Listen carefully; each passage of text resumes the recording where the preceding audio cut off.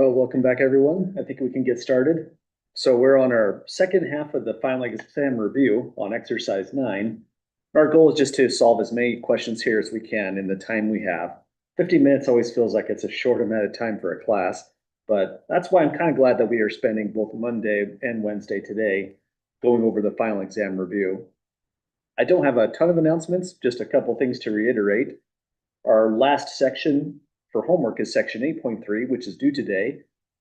But as far as extra credit opportunities go, there's the one we discussed about the final exam here. But also probably the smartest way to really get started studying for the exam is take a look under your grades in Canvas, or just send me a quick email. And any homework assignment that you might not have had time to get done, I'll accept them for full credit on the latest date of Friday, December 19th. Definitely try to get them done before you schedule your final exam. The official day is going to be on Monday, but if there's conflicts with your schedule, those kinds of things, it can be taken later on in the week. If you haven't done so, please schedule your final exam. I sent everyone a message through Canvas just like the other exams, but if you don't see that message with the link to the testing center, just send me an email and I can resend it to you. But I think that's pretty much the wrap up for announcements. Any last questions or comments at all, folks, before we go back to the review questions here?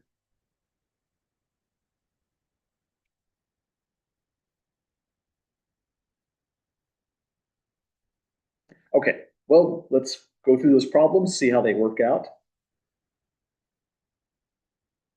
We left off right on an identity, so that's kind of rude in a way. Solving a trigonometric identity, or proving one is a better way to call it. It looks like a pretty nasty one as well on the face value, but sometimes if you see what the trick is on working through these problems, they're not as bad as they might seem. A good strategy on the final exam, though, is when you see this problem on the final exam, take a look at the clock. Make sure you don't spend more than, I would say, 5 to 10 minutes on a problem like this one.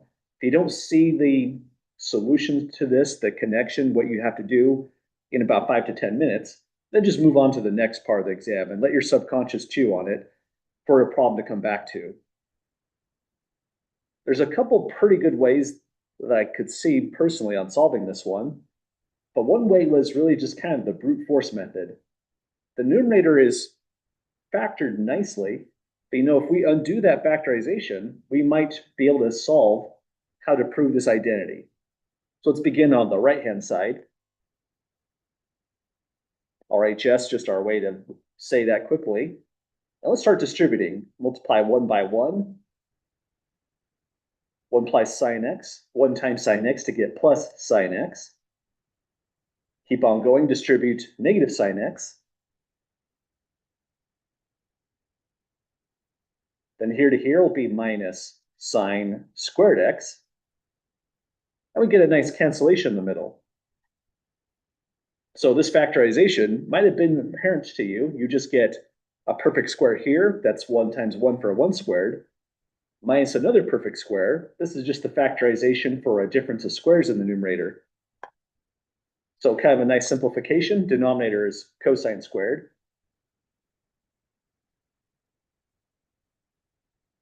On the next step, let's just clean it up. 1 minus sine squared x over cosine squared x. This allows us to now pick an identity to use.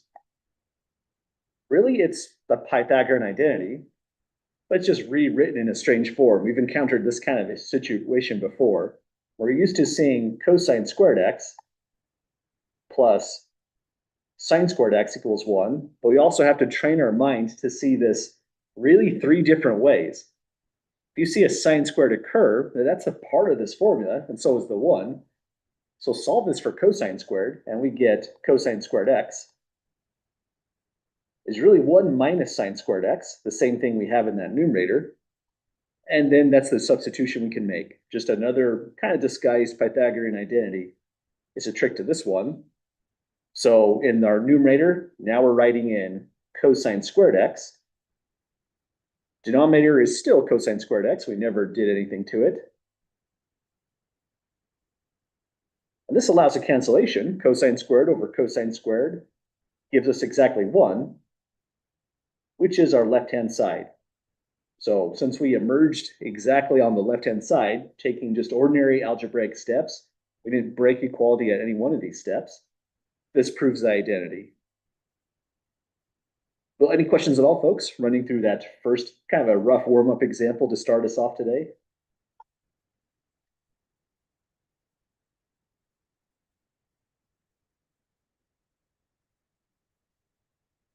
Okay, these problems are pretty mixed up. As far as the real final exam went, I didn't really mix it up too much. There's a couple times where I moved a problem around because one problem just took so much space and I need a short problem that took up a little less space to put everything on one page. But aside from just some random adjustments like that to make sure you have enough white space on each part of the exam, I pretty much put the exam in order. I didn't try to scramble it like this one seems to be. And this is definitely scrambled. Problem number 10 is really back to first principles. Let's hide problem 11 for the moment. We have an angle in standard position that terminates somewhere in quadrant 4. By that information there, by the red dot, here's 3 pi over 2 and 2 pi. Angle theta somewhere out here. Now that we know theta is there, it also tells us that sine of theta is negative, so less than 0, and cosine theta will be positive in that quadrant 4. So this makes sense. Cosine is, in fact, positive root 5 divided by 4. We want to find the remaining 5 trigonometric functions. I think we did one of these already, but it's a good warm-up problem. It's a decent one you should expect on a real exam. It won't take too long to complete this either. So I'll record all the answers up here on the upper left. Sine goes along with cosecant. Cosine theta, we have the value for, root 5 over 4. Cosine goes with secant, which means we have the value for that as well. This is going to be 4 over root 5. I don't resist the urge to rationalize these. Usually it's better to just leave it in this format for this kind of exercise. And last one is going to be, last two rather, tangent theta, and its reciprocal, cotangent theta. Well, that's what we have so far, not a whole lot. We get all the last remaining 4 outputs the moment we solve for sine theta. So really it's just Pythagorean's identity again. So using this identity from up here in its kind of standard form, we have cosine squared x plus sine squared x is 1. Cosine squared is going to square this quantity right here. Root 5 turns into just 5. 4 turns into a 16.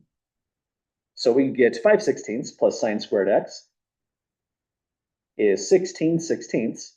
Subtract the 5/16. Sine squared x is now 11/16.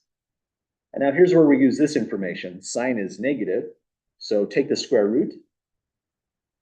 And sine x is going to come out as negative square root of the numerator for 11. Square root of the denominator will give us the 4. So with that sine value in play, we can come back over here and just fill it in. Negative square root 11/4, take the reciprocal for cosecant, negative 4 over root 11. So last computation is tangent theta. We'll take the reciprocal again and get the cotangent for free. Any questions to this stage so far?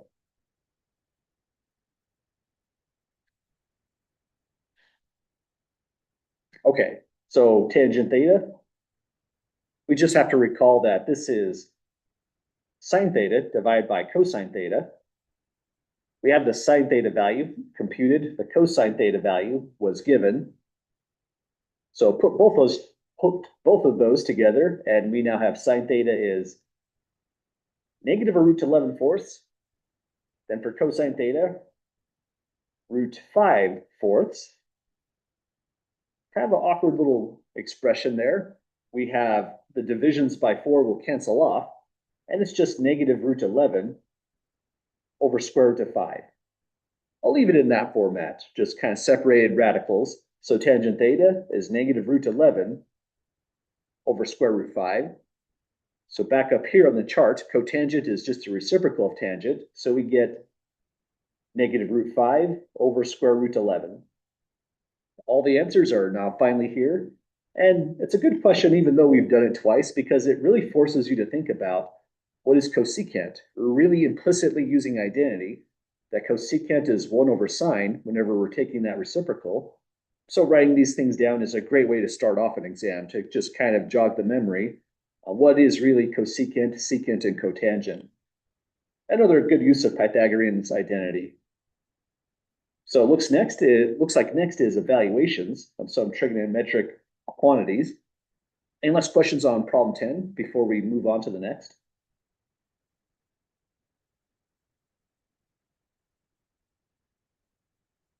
Okay, let's see how this goes. Probably on a clean page is a wise choice. So 6 evaluations. We need to find the exact value. And this is kind of a scary and dangerous exercise to put out here.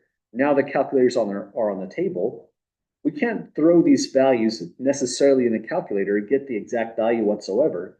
Some of these are quantities like, say, square root 3 divided by 2. And that's what we mean by exact values. Some of them are totally undefined.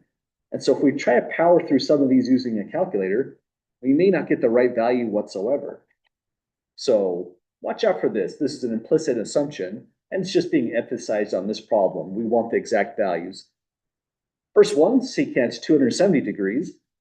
Well, 270 degrees is kind of awkward. If you really wanted to, you could take the 270. Let's do it down below here. 270 degrees, multiply it by pi over 180 degrees, converting it to radian measure. Divide the numerator by 90, it goes in 3 times. Division into the denominator by 90 goes in twice. So this is really just a 3 pi over 2. So secant's 270 degrees. Well, secant is 1 over cosine, so this is 1 over cosine 3 pi over 2, which means it's kind of a rough problem. This whole thing right here is just undefined right when we get to this step. It's undefined because cosine at pi over 2 and 3 pi over 2 is exactly 0. At 1 divided by 0, it's what's giving us the undefined on this one. This one's not as bad. Cosine pi over 3. Let's write down in just an overall unit circle as we're working through these. At pi over 3, we have a measurement that goes like this. Projecting down to get the x-coordinate, we can just see visually that comes out at 1/2. We know it's exact from experience, so we're on to the next. 5 pi over 6. Well, if this is pi, that's also 6 pi over 6. So 5 pi over 6 goes this way. That one was pi over 3. Sine at 5 pi over 6 means over here, we project to the y-axis wherever that angle terminated. So we're on that spot roughly. That's exactly 1/2 as well. So that's kind of nice. 2 interesting problems, 1/2, 1/2 on both of those. And next up is tangent 210 degrees. We don't have to convert that. Do you know 210 degrees is just a little bit further than pi? This is 180 degrees. So if you rotate a little bit further, this is 210 degrees. But visually, we might also see, well, that's just the same thing as 7 pi over 6 as well. We were at 6 pi over 6, that's 180. Moving another 30 degrees is just adding 1 copy of pi over 6 to 6 pi over 6. So visually, we can kind of just see what it is immediately and just convert in that kind of way. Or just crank it out doing the conversion factor, pi over 180. Either way we look at this, 210 degrees is 7 pi over 6. So this turns into sine at 7 pi over 6. Divide by cosine at 7 pi over 6. So we just have to grab the y-coordinate to the numerator, the x-coordinate to the denominator, from this point right here. Y-coordinate is kind of like the last computation, except for in quadrant 3, the sine value comes out negative. So visually, project to the y-axis. That's exactly negative 1/2 here in the numerator. For 7 pi over 6, we go upwards towards the x-axis. This is the one that's really close to -1, looks like -0.9. This is negative square root 3 divided by 2. And it simplifies fast. The negatives cancel. Division by 2's both cancel. This comes out as 1 over root 3. And if you want to rationalize, again, it's completely up to your option. This is considered fully simplified. So I'll leave it just like this time with the idea that if we're doing a timed exam, that's precious time you might want to spend elsewhere, unless we had good reasons to rationalize it. Well, that's 4 evaluations so far down the line. Any questions or comments so far?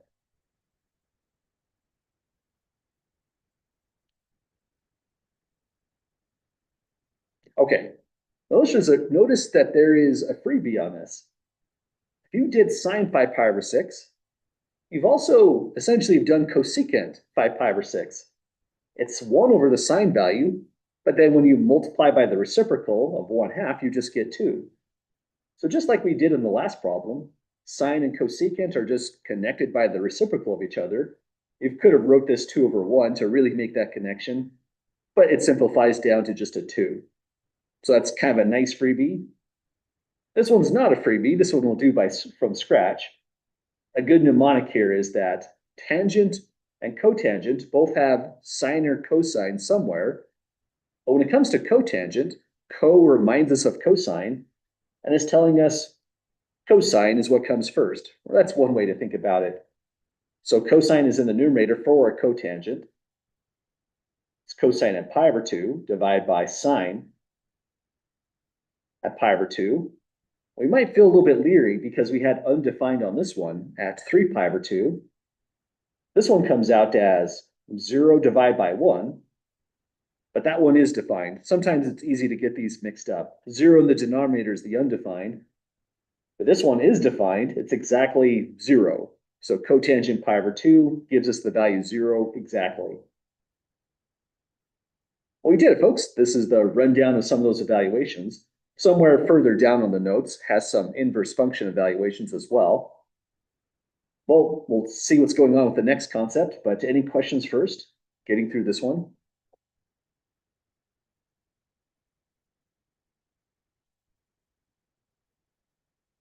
Can you remind me of the logic for cosecant?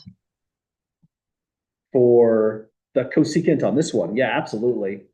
So the idea with what we did on cosecant is sine at an angle, say x, is truly just 1 over cosecant of that angle x, and vice versa. Cosecant at an angle x is the same as 1 over sine at some angle x as well. So when we see cosecant 5 pi over 6, another clean way to do this is say, this is the same as 1 over sine 5 pi over 6. So that's using this version right here. But once you put 1 over sine 5 pi over 6, you get to make this substitution. This turns into 1 over 1 divided by 2. And then we could crank this out. This turns into 1 times the reciprocal of 1/2, 2 over 1. But then it just comes down to just a 2 overall. But then the shortcut, the main connection is the sine value and the cosecant value at the same exact input are always flipped versions of each other. The mathematical way to say flipped versions is just reciprocal of each other. Does that make sense with that question there? Yes, it does. Thank you. Yeah, absolutely. Thanks for asking about that. And it's kind of a nice shorthand to get through these kind of problems. And it's the reason why I usually don't rationalize these, if you noticed, because if they're in their unrationalized form, say 4 over root 5, the same principle happens across secant and cosine. You can see at a visual glance that this looks right. It might require further check, but it looks like it passes the smell test, looks right. Because if you flip this fraction, you get root 5 over 4. And so they're reciprocals of each other across these two columns. Same with tangent theta, going from tangent to cotangent, same sort of idea, but they just have to be reciprocals of each other. Well, let's try out the next example then. Problem 12 looks like it's just a random collection of properties of trigonometric functions. Some of these are identities that we know quite a lot. Some of them are identities that might seem a little rusty, a little bit vague. So this is a good point to start reviewing them. First identity that comes up here is the opposite angle identity. We've seen this in a lot of different contexts. It's kind of sneaky how this comes up. But the identity is sine at a negative angle theta is negative sine at that angle theta. It doesn't matter if there's a 3x playing the whole role of theta. If there's a negative sign here, multiplying, so this doesn't work with, say, sine 3 minus x. That negative sign is going to stay put unless you use a sum or difference identity. But a negative like that is special. You can just move it on the outside. So let's move that negative around. This turns into sine 3x minus sine 3x. But when the negative emerges there, using this angle identity over here on the margin, we just get a big cancellation. So sine 3x plus sine negative 3x is really just a clever way of writing 0 now at any angle x whatsoever. So that's 1 of 4 down. Anyone spot what the idea is for this one here? Or what the value should be?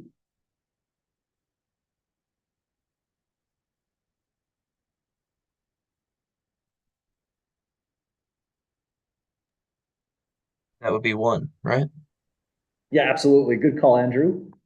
So this one looks kind of funny, and it could be even more trickier. You can imagine if instead of 3 phi, it said 37.82, something random, and then that one says 37.82. But as long as the inputs are the same, it's really just this identity again. Cosine squared theta plus sine squared theta equals 1. So this whole thing here is just a 1. We're looking at just zeros and ones so far. So 2 ideas down. This one also has an interesting idea. This is connected with graphs of the trigonometric functions. The fact that all 6 trigonometric functions are periodic, their values repeat. And when it comes down to cotangent, the period of both tangent and cotangent, let's focus on the one that's the star of the show, cotangent theta, is p equals pi. That means cotangent values repeat on multiples of pi, integer multiples, but algebraically what that means is whatever angle you picked for theta plus 10 pi just means we've repeated our values 10 times over because the period is pi, and this just turns into cotangent theta itself.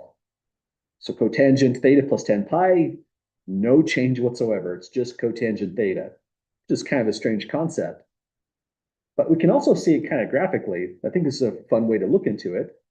If I plot y equals cotangent x, it's kind of a busy looking graph. If we go y equals cotangent x plus 10 pi, notice it's the same exact graph. It's just totally overlaid. If you went 10.3, now there's a difference. Now we've caused a bit of a problem. There's a phase shift there. But any multiple of pi, any integer multiple, say negative 15 pi, it's still a cancellation. It's the same exact graph. You're just getting cotangent. And that's a consequence of the period being pi itself. So one last one to take a look into. Cosine x is 0.21. We'll evaluate cosine negative x.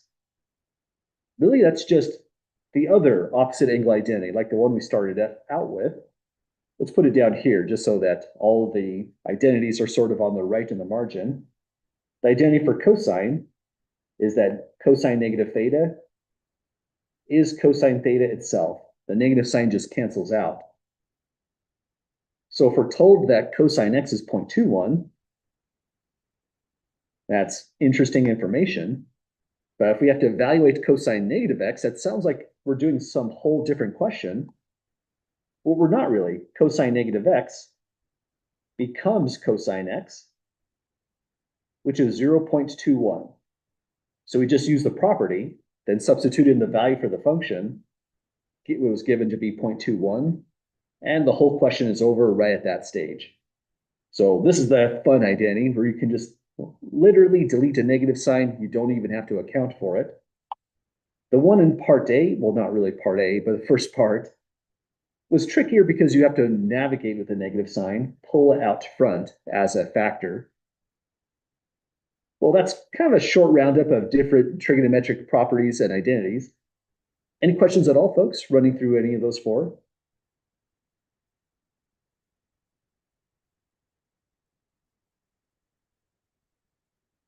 Okay, let's see what else we have on the table.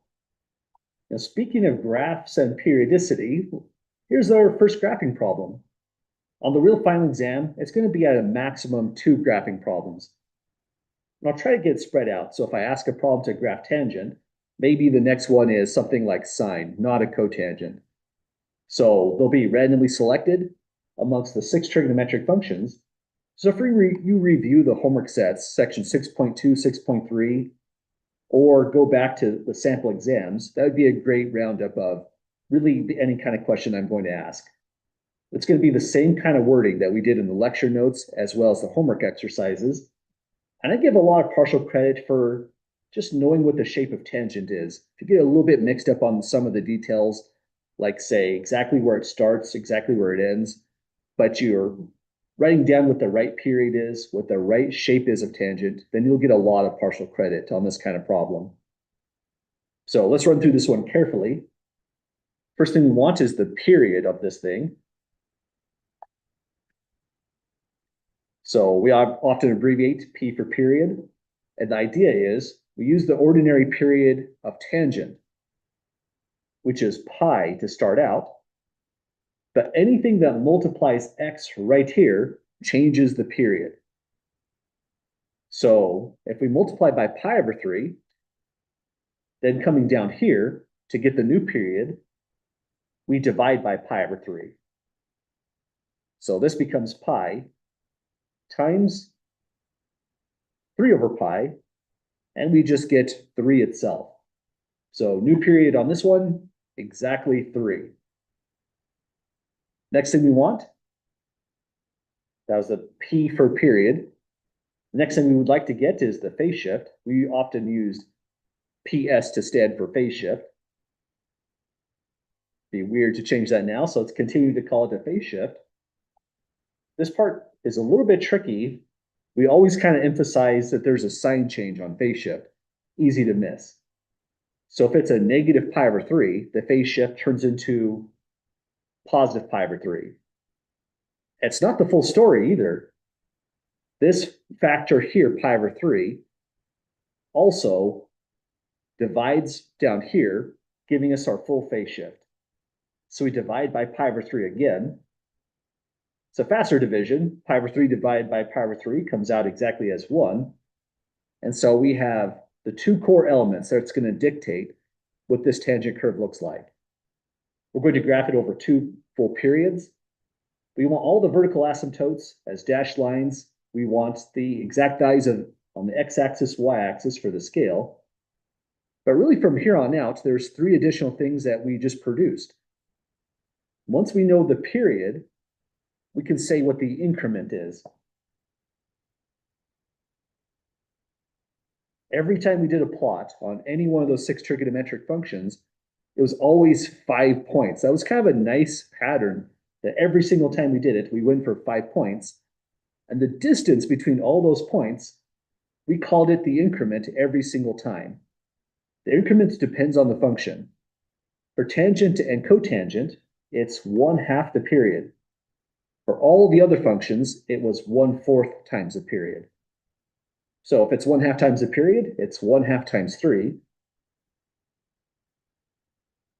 And we could keep these as fractions, but this is a nice decimal number to work with. Let's go for the decimal value, 1.5. So there's going to be 5 marks on the x-axis that take us to all of the interesting locations on this tangent graph over 2 periods. The distance between all those 5 points is 1.5, the increment. But the next major thing we need is where the plot is going to start, the starting point.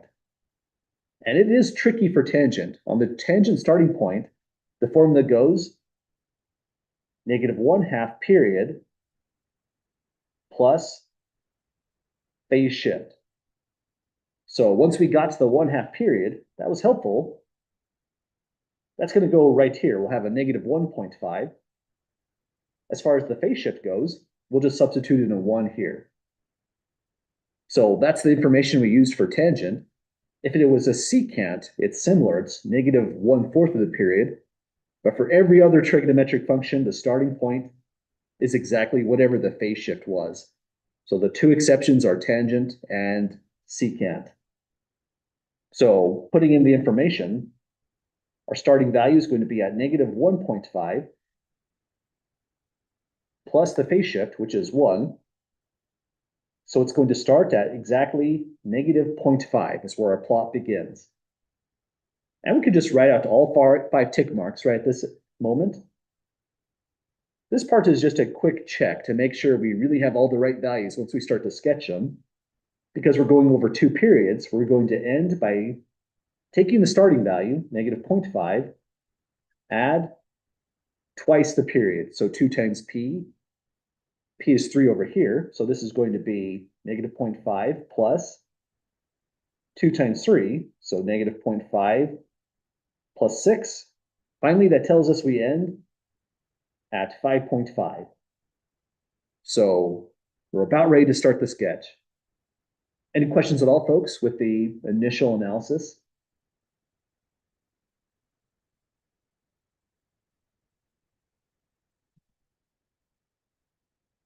Okay, so here's what the sketch looks like to start out. For these kind of problems, it's a good idea to begin with just a bar for the x-axis, starting at -0.5. We now read 4 more tick marks, but the increment tells us how far do we go to the next interesting spot on the tangent curve. So add 1.5, we're now at a +1. Add 1.5 again, repeatedly, we're at 2.5. Adding 1.5 again takes us to 4. Adding 1.5 again takes us to 5.5. And that's where your brain might say, wait, that number just came up. That's our ending position. So we stop right here. Now, at this stage, the sine and cosine graphs are actually the weird ones, because those are graphs without the vertical asymptotes. They actually have an amplitude. The remaining 4 trigonometric functions, whether it's a cosecant, secant, tangent, cotangent, once you have your 5 values down, a new pattern emerges. The start is always a vertical asymptote, unless it's a sine or a cosine. Then we skip 1. The one in the middle is, again, always, every single time, you'll notice a vertical asymptote. That's why we took a half period to get to an interesting value, but then the next vertical asymptote, next interesting value, and then finally, it will always, every single time, end on a vertical asymptote. So we have those down. And the next common features of both tangent and cotangent is that between your asymptotes, every single time, there's an x-intercept. So there'll be a 1 here and 1 here. Only way to change that is if you put, say, +5 on these functions. But we never did that when we plotted tangent, cotangent. We made it just basically these kinds of transformations. So this is a solid rule. There's always going to be an x-intercept in the middle. Last thing we do is just plot the tangent curve. Tangent is an increasing function, so it goes like this. So knowing this curve, even if there's some problems on your horizontal axis, this alone is a lot of partial credit, probably about half the credit of the problem, just to know the right shape of tangent itself. I forgot to y-axis entirely, got kind of excited and plotted the curve first. But let's make sure we put in the y-axis and a little bit of information there to give a y-axis scale. Well, the plot's nearly over. The y-axis is going to be right here, not quite in the middle, because we're at -0.5, and 0.5 would be about here. So y-axis is right about there. Finally, there's a major trick for getting the scale just right on the y-axis. Notice the leading coefficient is a 1. So if you go halfway between 1 and 2.5, an intercept and a vertical asymptote, any intercept and any vertical asymptote, go halfway, then this point right here gives us the height of whatever that leading coefficient is. It's a 1 in our problem, so that's at height 1. If that was a 5 tangent theta, we'd have just put a 5 instead. So we're at height 1 here, at height -1 over down here. So that's finally the full plot. Any last questions at all, folks, running through this one?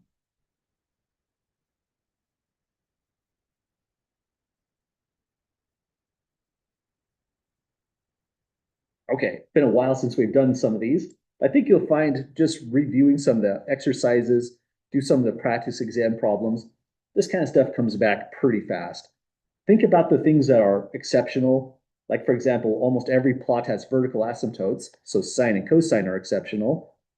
Look into other exceptional things for pattern seeking. Like, for example, just about every function starts exactly at the phase shift. The only exceptions are tangent and secant. If you think in those kinds of terms, you'll find that the flow, the process is about the same just about every single time. Look into the function you're plotting and think about how is this one different from the others. It's a great way to kind of organize all this information in your mind. So let's go off to the next one. Hey, we were promising some inverse function stuff, so here it is.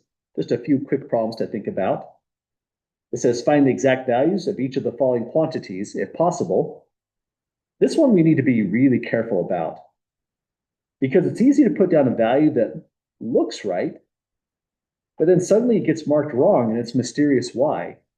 The issue with inverse functions is they have to give you exactly one output because they're a bona fide function in and of themselves. And that means they have to obey domain and range. So we mentioned this before on Monday. The real final exam has a formula sheet at the very end. And on that formula sheet, I focused mainly on the trigonometric identities. But I did put down some other interesting information. And here's where the domain range table is suddenly of value.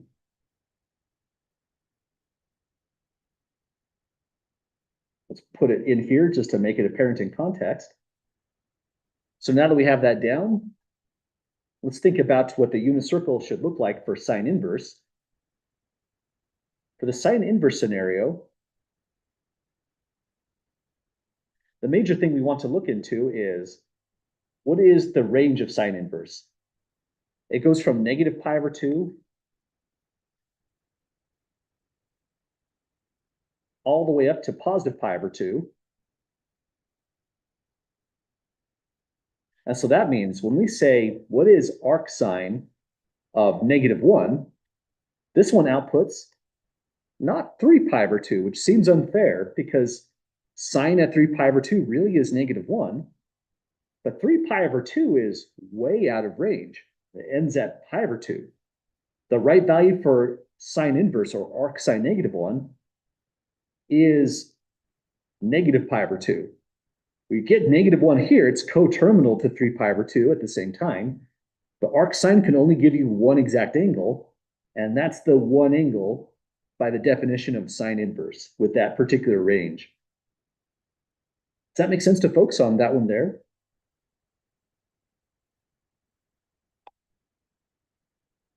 Okay, next one's a little bit faster because the moment, say, cosine inverse comes up, you have a value like 3, that's a domain issue. The domain of cosine inverse is between -1 and +1. 3 is outside of domain. And so for this particular function, we would just say undefined. You don't have to explain why. If it's undefined, just say so. But if you did give an explanation, maybe just in the back of your mind, it's because 3 is outside the domain. So these are pretty tricky questions, really just these three short ones. The last one's tricky as well, because we've often said sine inverse and sine should cancel. But you know, that just depends. When you see sine inverse come up in this context, then that particular sine right here, I need a different color, it's no longer your original sine value you might have been thinking about. This is your restricted sine value, and it has a particular domain. It was the range of sine inverse. So once again, 2 pi over 3 is outside of domain of the restricted sine function. The cancellation doesn't work any longer for this particular setup, and so we do something different. We just use order of operations, because being outside of the domain of the restricted function does not mean the whole thing is undefined. We can still calculate this. So compute sine 2 pi over 3 first to start out. Scroll just a bit. At 2 pi over 3, we are over here. Well, sine at that 2 pi over 3 value, let me first copy in sine inverse. Sine at that 2 pi over 3 value is going to give us square root 3 divided by 2. So now that we have square root 3 divided by 2, that's just a value right here on the y-axis, and we need an angle that takes us there. 2 pi over 3 is out of the question because it is outside of the range of sine inverse. But you know, pi over 3 is in range. Pi over 3 absolutely will work. Sine at pi over 3 still gives us root 3 over 2. And so that's the output on this one. Comes out as just pi over 3. It looks like it's almost a cancellation, except we don't use 2 pi over 3. We use the reference angle pi over 3, the one that's actually in range. I think these ones are best done just with order of operations. Compute the thing inside, see what you get. Then it's just an ordinary problem, just like, say, the first part here on problem 14. Well, that's kind of a tricky tour through the inverse functions. Really just three issues where domain and range were really important things to look into. Any questions at all, folks, finalizing these?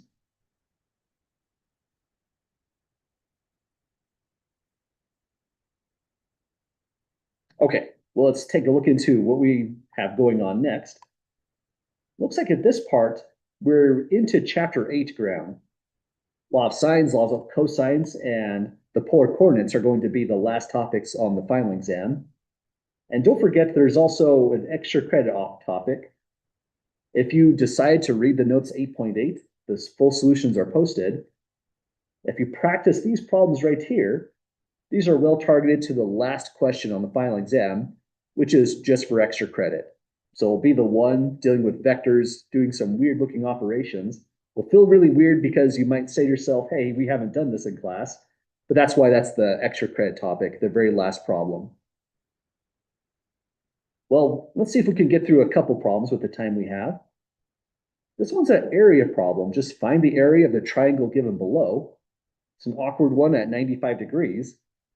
But this is actually where law of sines started. It was through this idea. We can calculate the area as 1/2 a side length A, a side length B, times sine of an angle theta. But this is if and only if theta is the angle between those two side lengths, A and B. So if I didn't know the 11.5, I couldn't use this area formula at all. But in this problem, we actually have the right information. We know the angle theta. The side lengths are two side lengths adjacent to that angle theta. They're not opposite side lengths. And so we can just plug this in and get an area pretty fast on this. Area is 1/2 8 meters times 11.5 meters times sine at 95 degrees. So really, this one's just a calculator problem. All the questions on the exam assume that you're going to always give exact values, exact answers. But the problems where you're expected to approximate, the reason we need a calculator will always tell you round to the certain decimal place, usually the nearest tenth or 1 decimal place. The thing to double check in your calculator is if you haven't converted this to radians, make sure you're actually in degree mode. So in this calculator, it's a button I hit. Double check how to do that in your calculator. And if you're not sure, don't hesitate to email about it. I'll be happy to help out. So let's take 1/2 times 8 times 11.5 times sine 95 degrees. And that comes out at 45.8. So area for this triangle is 45.8 meters squared. So it's kind of a cool formula. The major interest in that formula, however, is led us to law of sines, which is a really useful tool. So that's what this next question is all going to be all about. Determine the values of each interior angle of the given triangle. We can't even use law of sines on this one. You need at least one angle for law of sines to work for us. We're missing all of the angles whatsoever. So this problem, it has to start off with law of cosines.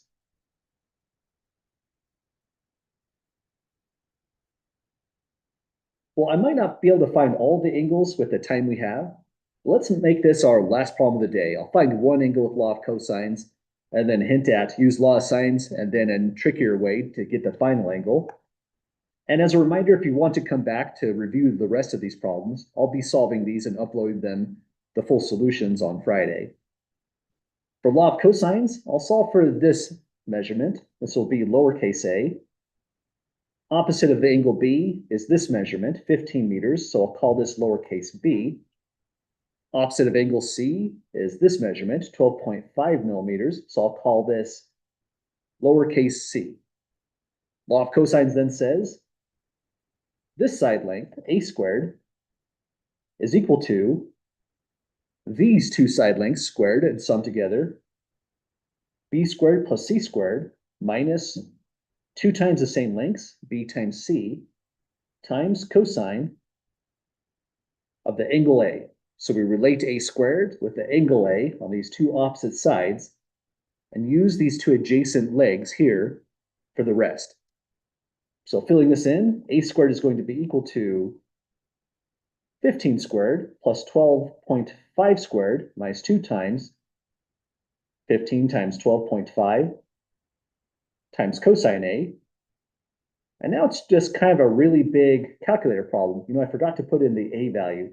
A is 8 millimeters. So for a squared, I should have put in 8 squared.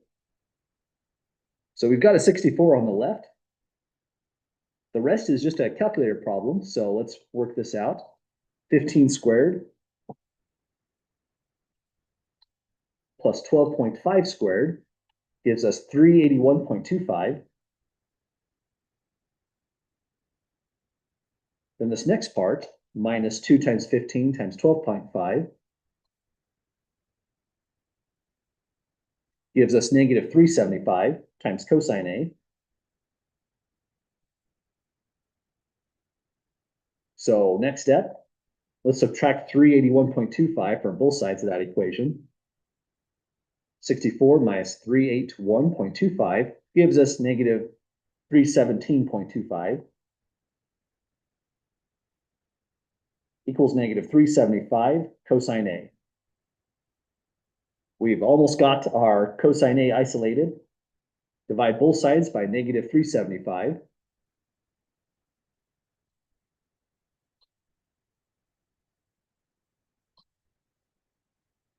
And we get 0.846. Strategy at this stage is take cosine inverse of both sides. So cosine inverse of 0.846 is now the angle A. And so we're just one calculator operation away. This calculator, we type it in as arc cosine, 0.846. It's in degree mode, so it gave back 32.2 degrees. And that gives us our angle A. Now at this stage, you can solve for either angle B or angle C. You just have to convert over to a law of sines problem. Well, that's the one we can't get to on the end of the review. Looks like we've already ran a few seconds over. But if I was to set this up, this is probably how I would solve it. I would go, say, sine B over 15 would be equal to sine 32.2 degrees over 8. So I would be solving for the angle B. So I related the sine of angle B divided by the opposite side, 15 millimeters. And I used the angle we just found. So I went sine 32.2 divided by the opposite side, 8 millimeters. Solve this equation for B, use sine inverse just like we did over here, and you get the angle B. Then just use the fact that all three angles add up to 180 degrees. Subtract those two angles, and you'll get the final angle C, finally solving the triangle. Well, this will be our stopping point. Again, sorry for going a minute over today. Any last questions for where we ended on?